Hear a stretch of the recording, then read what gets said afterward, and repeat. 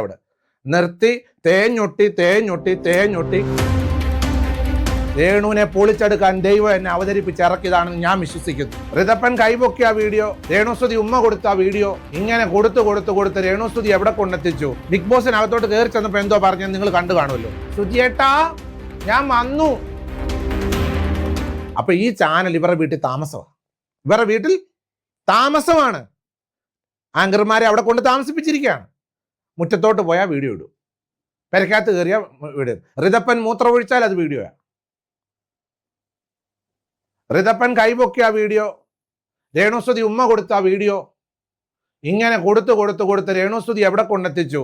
ഇന്ത്യയിലെ വലിയ ബിഗ് ഷോയിലേക്ക് കൊണ്ട് കയറ്റിവിട്ടു. സോഷ്യൽ മീഡിയയിലുള്ള ബഹുമാനപ്പെട്ട സോഷ്യൽ മീഡിയ പ്രവർത്തകരെല്ലാവരും കൂടെ ചേർന്ന്. കുറ്റമായിട്ട് ഞാൻ പറയത്തില്ല.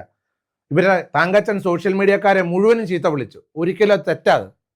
സോഷ്യൽ മീഡിയക്കാരുടെ അഹോരാത്രം ഒപ്പിയെടുത്ത വീഡിയോകളാണ് ഇന്ന് രേണുസുതി ബിഗ് ബോസിൽ ചെന്നിരിക്കുന്നത്.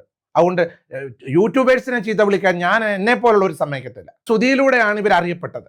സുധിയുടെ 3ാം ഭാര്യയായിട്ട് അറിയപ്പെട്ടു. അങ്ങനെ അറിയപ്പെടുന്ന ഈ സ്ത്രീയെ സുധിയുടെ മരണത്തോടു കൂടി മനുഷ്യരറിയാൻ തുടങ്ങി. അറിഞ്ഞു എങ്ങനെ എൻ്റെ കുഞ്ഞിന് ടോയ് ഇല്ല, എൻ്റെ കുഞ്ഞിന് ബേബി ഫുഡ് ഇല്ല, ഞങ്ങൾക്ക് റേഷൻ കടയിലെ അരിയേ ഉള്ളൂ. ഇതൊക്കെ നമ്മൾ സോഷ്യൽ മീഡിയയിൽ കാണുന്ന, ഞാനും എൻ്റെ മൊബൈൽ തുറക്കുമ്പോൾ ഇതേ ഉള്ളല്ലോ കാണാൻ. മൊബൈൽ അങ്ങോട്ട് തുറന്നു കഴിഞ്ഞാൽ ഇതേ ഉള്ളൂ കാണാൻ. ഇതെല്ലാം കണ്ട് ഹൃദയത്തിൽ മനസ്സലിവുള്ള മലയാളികൾ എന്ത് ചെയ്യാൻ തുടങ്ങി? പണം അയക്കാൻ തുടങ്ങി. ധാരാളം പണം ഇങ്ങോട്ട് അയക്കാൻ തുടങ്ങി.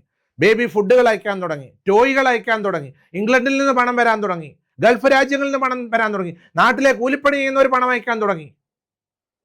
അങ്ങനെ ധാരാളം പണം ഇങ്ങനെ വന്ന് രേണുസുതി എന്ന് പറയുന്ന ആൾ ആദ്യം എവിടെ ചെന്നെത്തുന്നു? സംഘമിത്ര നാടകവേദിയിലെത്തുന്നു. ആരായി മാറുന്നു? സുധിയുടെ മരണത്തോടുകൂടി രേണുസുതി ഒരു നാടക നടിയായി മാറുന്നു. അതിനു മുമ്പ് നാടക നടിയല്ലായിരുന്നു. പിന്നെ ബാക്കി അങ്ങോട്ടുള്ള കാര്യം ഈ മലയാളി സമൂഹം കണ്ടുകൊണ്ടിരിക്കുന്നുണ്ട്. സുധിയുടെ മരണത്തെ ഉപയോഗിക്കുന്നതിന്റെ ഫസ്റ്റ് തെളിവ് പറയാം. ബിഗ് ബോസിനകത്തോട്ട് കയറി ചെന്നപ്പോൾ എന്തോ പറഞ്ഞത് നിങ്ങൾ കണ്ടു കാണുമല്ലോ. സുധിയേട്ടാ ഞാൻ വന്നു. കഴിഞ്ഞ ദിവസം ഒരു ക്ലിപ്പിംഗ് എന്നെ കൊണ്ട് കാണിച്ചു. സുധിയേട്ടാ കൽപ്പന ചേച്ചിയെ കാണുന്നുണ്ടോ? ഏത് കൽപ്പന ചേച്ചിയാണെന്നും എന്നോട് ചോദിക്കല്. എനിക്ക് ഇതൊന്നും അറിയത്തില്ല. അതിനകത്ത് ആ സ്ത്രീ വിളിച്ചു പോയി തന്നെ ഒരാൾ കൊണ്ട് കാണിച്ച. സുധിയേട്ടാ കൽപ്പന ചേച്ചിയെ കണ്ടോ? ഇതൊക്കെ കണ്ട് മലയാളികൾ വോട്ട് ചെയ്ത് ജയിപ്പിക്കട്ടെ.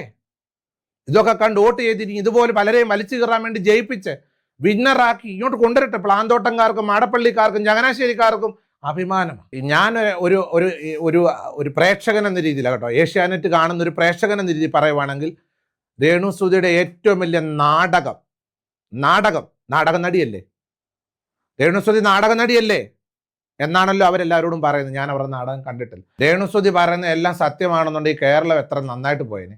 രേണുസുതി പറയുന്ന എല്ലാം സത്യമാവണമെന്നുണ്ടോ? രേണുസുതി പറയുന്ന എല്ലാം സത്യമാണെന്നുണ്ടെങ്കിൽ ഇപ്പം അങ്ങനെയാണെങ്കിൽ പല കാര്യങ്ങളും സത്യമാണ്. രേണുസുതി രാവിലെ പറഞ്ഞൊരു കാര്യമുണ്ട്, ഞാൻ ഹോസ്റ്റലിൽ നിന്നിട്ടേ ഇല്ല ലാലേട്ട ഞാൻ ഹോസ്റ്റലിൽ നിന്നിട്ടില്ല, അതിൻ്റെ സങ്കട ഹോം സിക്നെസ്സുമായി എനിക്കെന്ന് പറഞ്ഞു. പിറ്റേ ദിവസം പേഴ്സണൽ കാര്യങ്ങൾ അങ്ങോട്ട് പറയാൻ പറഞ്ഞപ്പം പറഞ്ഞു, വാർഡൻ മാഡം പുറത്ത് വിട്ടാലേ എനിക്ക് പുറത്തു പോകാൻ പറ്റത്തുള്ളൂ. നഴ്സിങ്ങിന് 1.5 വർഷം ബാംഗ്ലൂരിൽ പഠിച്ചപ്പോൾ എനിക്കൊന്നും കഴിഞ്ഞില്ല. ചോര കണ്ടപ്പോൾ ഞാൻ ബോധം കിട്ടു. പിന്നെ വാർഡൻ മാഡം എന്നെ ആഴ്ചയിൽ ഒരു ദിവസം പുറത്തു കൊണ്ടുവന്ന് എനിക്ക് കൂടിയത്, അല്ലെങ്കിൽ എന്തിനായിരുന്നു ഇതൊക്കെ എന്നൊരു തോന്നലുണ്ടായിരുന്നോ? വാസ്തവത്തിൽ ഞാനും രേണുസുതിയും തമ്മിൽ വ്യക്തിപരമായിട്ട് ഇന്ന് വരെ ഒരു സംസാരം ഉണ്ടായിട്ടില്ല. മുഖാമുഖം ഞങ്ങൾ ഒന്നും പറഞ്ഞിട്ടില്ല. സോഷ്യൽ മീഡിയയിലെ ഒരു വിഭാഗം ഇവിടെ വന്ന് ഇന്റർവ്യൂ ചെയ്യുന്ന മീഡിയ, നിങ്ങൾ കേട്ട സോഷ്യൽ മീഡിയ കണ്ടതുപോലെ നിരവധി ക്വസ്റ്റ്യൻസ് എന്നോട് ചോദിക്കുമ്പോൾ അതിന് പറഞ്ഞ ഉത്തരങ്ങളിലൂടെയാണ് ഞാനും രേണുസുതിയും തമ്മിൽ ആ ശത്രുത പോലെ ആകേണ്ട ഒരു സാഹചര്യം ഉണ്ടായത്. സോഷ്യൽ മീഡിയയിലൂടെയാണ് ഇങ്ങനെ ഒരു പിണക്കങ്ങളും ദേഷ്യങ്ങളും ഒക്കെ സംഭവിച്ചു പോയത്. രേണുസുതി ഒരു സമ്പന്ന കുടുംബത്തിലെ ഒരു യുവതിയായിരുന്നെങ്കിൽ ആൾക്കാരെ എറിയാനൊക്കത്തില്ല. അവരുടെ പേരിൽ നിയമ നടപടി ഉണ്ടായിരുന്നു. വഴിയെ പോകുന്നവരൊക്കെ എല്ലാം ഒരു കല്ല് കിട്ടുമ്പോൾ എറിയാമെന്നുള്ളൊരു ചിന്തയിലാണ് ഇപ്പോഴേ. എനിക്ക് ആ മോൻ അത് കാണിച്ചതിനോട് യോജിക്കാൻ പറ്റുന്നില്ല. ഒരിക്കലും അത് പറയേണ്ടിയില്ലായിരുന്നു. പക്ഷെ ഇതിപ്പം എന്താ പറയാ, എറിയാനുള്ള കല്ല് കൊണ്ട് കൊടുത്ത പോലായി. ഈ കുഞ്ഞുകുട്ടിയുടെ കാര്യമാണ്. വളർന്നു വരുമ്പോൾ തന്നെ അച്ഛൻ മരിച്ചു, അമ്മയ്ക്ക് വയ്യാതിരിക്കുന്നു. കുട്ടിയുടെ വളർച്ച ചെയ്ത് വഴിക്കാവും, അല്ലെങ്കിൽ കുട്ടി എങ്ങനെ വളരും? രേണുസുതിയുടെ സഹോദരി അവർ സ്വന്തം അവരുടെ മക്കളെ വളർത്തുന്ന തുല്യമായിട്ട് ഒരു ഡ്രസ്സ് എടുത്താൽ ആ 3 പിള്ളേർക്ക് ഒരുപോലെ അവരെടുത്ത് അവർ ചേർത്ത് നിർത്തി തന്നെയാണ് ആ കുടുംബത്തിൽ അവർ മുന്നോട്ട് പോയിക്കൊണ്ടിരിക്കുന്നത്. രേണുസുതി ഇങ്ങനെ വലിച്ചു കീറുന്ന ആൾക്കാരോട് ബിഷപ്പിന് എന്താ പറയാനുള്ളത്? നിങ്ങളിൽ പാപമില്ലാത്തവർ ഇവളെ കല്ലെറിയട്ടെ എന്ന് പറഞ്ഞു. സോഷ്യൽ മീഡിയയിൽ എന്തെല്ലാം സമൂഹത്തിൽ ഏതെല്ലാം തരത്തിൽ വീഡിയോ ചെയ്യുന്ന ബോയ്സ് ഉണ്ട്, ഗേൾസ് ഉണ്ട്. എന്തുകൊണ്ട് വലിയ വലിയ സിനിമാ നടിമാരുടെ മക്കള്, സിനിമാ നടന്മാരുടെ മക്കളോ അല്ലെങ്കിൽ പേരെടുത്ത ആൾക്കാരൊക്കെ വീഡിയോ ഇടുന്നുണ്ടില്ലേ? എന്താ നിങ്ങൾ കണ്ടന്റ് ആക്കി എടുക്കാൻ മടിക്കുന്നത്? നിങ്ങൾക്കറിയാം നിങ്ങളുടെ വീട്ടിൽ നല്ല നല്ല കോടതികളിൽ നിന്നുള്ള കടലാസുകൾ അങ്ങോട്ട് വരുമെന്നറിയാം. ഇതൊരു സാധു കുടുംബത്തിലെ പെട്ട ഒരു യുവതി ആയതുകൊണ്ട് നിങ്ങൾ നിങ്ങളുടെ വീട്ടിൽ കല്ല് പറക്കി വെച്ചിട്ട് വീഡിയോ ആയിട്ടിട്ട് എറിയും. അത് നിങ്ങളുടെ പേഴ്സണൽ കാര്യം. നിങ്ങൾക്ക് എറിയുന്നതിന് എനിക്ക് ഒരു വിരോധവും ഇല്ലാതെ അതിന് ദൈവം നിങ്ങൾക്ക് നല്ല ബുദ്ധി തരട്ടെ.